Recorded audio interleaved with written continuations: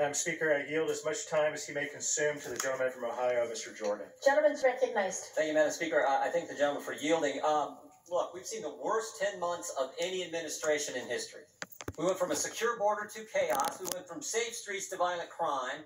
We've seen stable prices turn into inflation and empty shelves. The respect around the world we had has now turned into the debacle that was the exit from Afghanistan. And we went from peace in the Middle East with the Abraham Accords to thousands of rockets being fired on our friend and ally Israel, not to mention energy independence, to now the spectacle of the President of the United States begging OPEC to increase production. But what scares me most is what this administration and Democrats are doing to freedom. Every right we enjoy under the First Amendment has been assaulted over the last year. Your right to practice your faith, still places today in the country where a full congregation can't meet on Sunday morning. Your right to petition your government, your right to assemble, freedom of the press, freedom of speech, every single one's been attacked. We just learned in the Judiciary Committee from the Attorney General, National School Boards Association last month, September 29th, sends a letter to the President of the United States asking the FBI to get involved in local school board matters. 5 days later, the Attorney General issues a memo to do just that. First sentence of the memo says this. This is the Attorney General's memo. In recent months, there's been a disturbing spike in harassment, intimidation, threats at school board meetings. We ask him a simple question. What's the evidence for that spike in threats? What's the data? What did you review? Guess what his answer was? His only evidence, the only thing he reviewed, was the letter from the School Board Association, from a political organization. And now they're going to target parents at school board meetings, and we have the January 6th committee issuing subpoena after subpoena. 11 of the people they've issued subpoenas to were names on an application asking the government for permission to hold a rally. Independent individuals exercising their First Amendment right to assemble, asked the government for permission, the government granted them permission, and now these 20 and 30-year-olds whose name are on that application, they're going to be deposed by these guys for simply exercising their first. Here's what they're asking them. Here's what they ask them. We want to know who the selection of speakers, who the speakers were and how were they selected. We want to know any communications these people who put their names on a permit, got permission from the government. We want to know any member of Congress you talked to. Wow. Your right to petition your government? That's what they want to subpoena. That's why they're subpoenaing these people. This is scary where they want to go. I mean, these questions, coordination of speakers, discussions of contents. This sounds like what the IRS did to people 10 years ago when they were asking 501c groups applying for tax-exempt status. Do you pray at the start of your meeting? I mean, first it's school boards, then it's people applying for permit. We saw what they did to people, what the IRS did to people just a few years ago.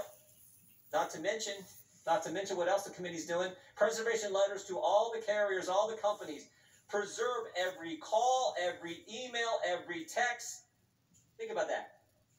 Every call someone made to hundreds and hundreds, supposedly, according to news reports, they've done this for. Text to your spouse, calls to your mom. Preserve it all. Everything. This is just what we know about. This is just what's been reported. I mean, now Steve Bannon.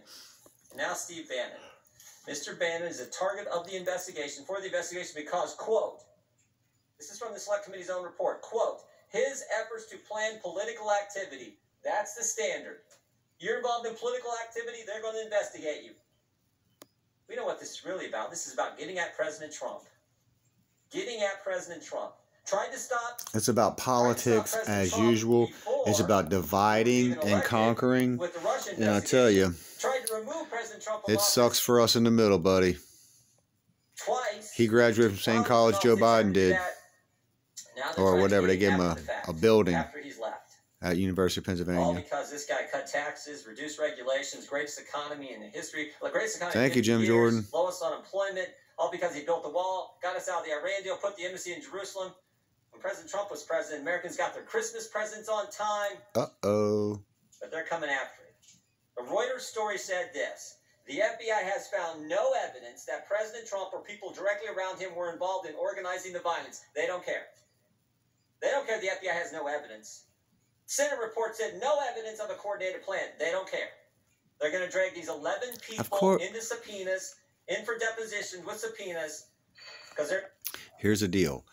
Okay, there was a coordinated plan. They went down there to protest the government. Man, this is baloney. All this is baloney. Who knows what the hell really happened? Let's move forward from this. Prosecute who you can. Let the others go. Let's get on with today's business. This divide stuff is really getting ridiculous. We got to stop, y'all. We're sitting here listening to Jim Jordan complain about the Democrats, and the Democrats are going to complain about Jim Jordan all day long. They go back and forth. It's like they're fucking playing tennis with our heads. This is bullshit. So determined to get their political end. Gentlemen's time's expired. Gentleman from Mississippi. Oh, here comes a Democrat now. Here's the other side of the fucking court. Bam, your turn. What you got, brother? Bam, take the mask Madam off. Chair, the Vice Chair of the committee put in record the fact that the Bennie Thompson. FBI and Department of Justice declared no such thing in terms of January 6th. So the assertion that somehow they've conducted an investigation is just not true. Okay, so he lied. Madam Speaker, I yield. That's what he just said. He said Jim Jordan lied. From California, Mr. Schiff, the distinguished chairman of the House Intelligence Committee. Okay, Adam Schiff. Gentleman's recognized for 3 minutes. Madam Speaker, He's on the we're other here side of this the aisle. afternoon to test a proposition as old as the country's founding. Are we a nation of laws? We are here because one man has decided that we are now only a nation of men, and that rich he and don't like powerful Steve men Bannon. need not follow the law. And the question Okay. we must Adam confront Schiff don't is like nothing Steve less Bannon. than this: is he right? Are some people now Democrat. truly above Okay, he's the a law, Democrat. That makes beholden sense. to nothing and no one? All right, we're done with free the to ignore tennis law game. We're and getting without killed. consequence. We're going to call you guys the Congress is winner, investigating and the we're going to worst start a new attack on game our in the capital. middle. We got to get out of this mess, y'all. This is really not cool.